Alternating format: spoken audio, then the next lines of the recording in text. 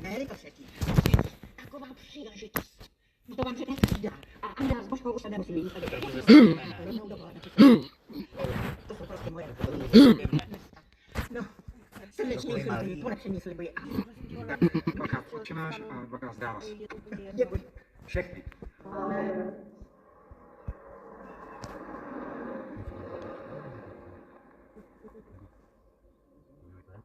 Pojď, že si to se susrala. Takže se no. Takový broučák. Poušavej.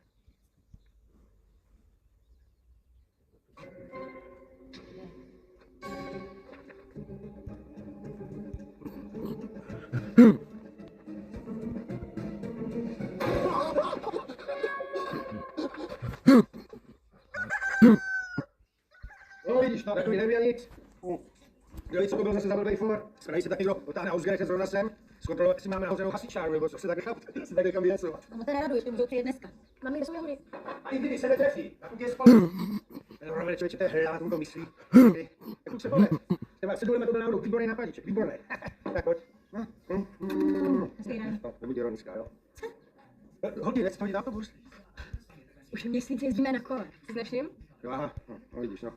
Nazdar. Čau. Čau. Mami? Proč jsi vzala zrovna jeho? Protože byl jediný. Komu ten večer ujel autobus. Teď v tom samotoru vůbec mám kalkulu. Je 44 osah, no, benzíňák. No pořádně, poslední těle, jo, to už bylo v pohodě. Tak, podíváme se na to. Já znám tady něco. No, hele, nějaký pěkný trasy jsem si na vás navymýšlel. Vidíš ty vole, kdyby jsi se nacházel. Ty vole, starý se. Mě by pro naši tanču a jsem ten černej. Já stříhám toho ze zavního. On by se k ní hodil i vejšku, víš? Těm pěkně lístky. A to by zrovna imponovat v Rusii. Na mezi Vlokse, mladý půdonec, děvčátko, Jiná doba, dneska holky nemají na nic čas, asi sednou na půlátku, nechajte to tam nalejt. A řekněte, co pak z toho můžou mít na pouna. Máme, tohle jsem si pro vás připravil, takový malý výlet, jo, zdravotní. Vezmeme do Nahájek, potom kolem Rybníka, nahoru ke Zícenině a z druhou stranu zpátky. Tak. Vidíte? Co jsem říkala? Jdeme, hoře.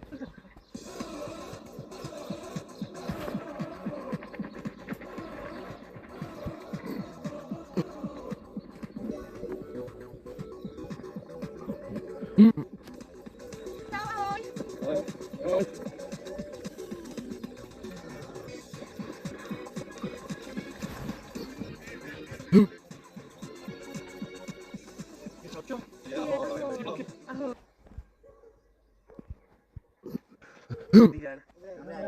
Kohože hledáte? Komu jedete? Prosím vás, kde tady bydlí pan starosta Skřivan? Starý. Tamhle.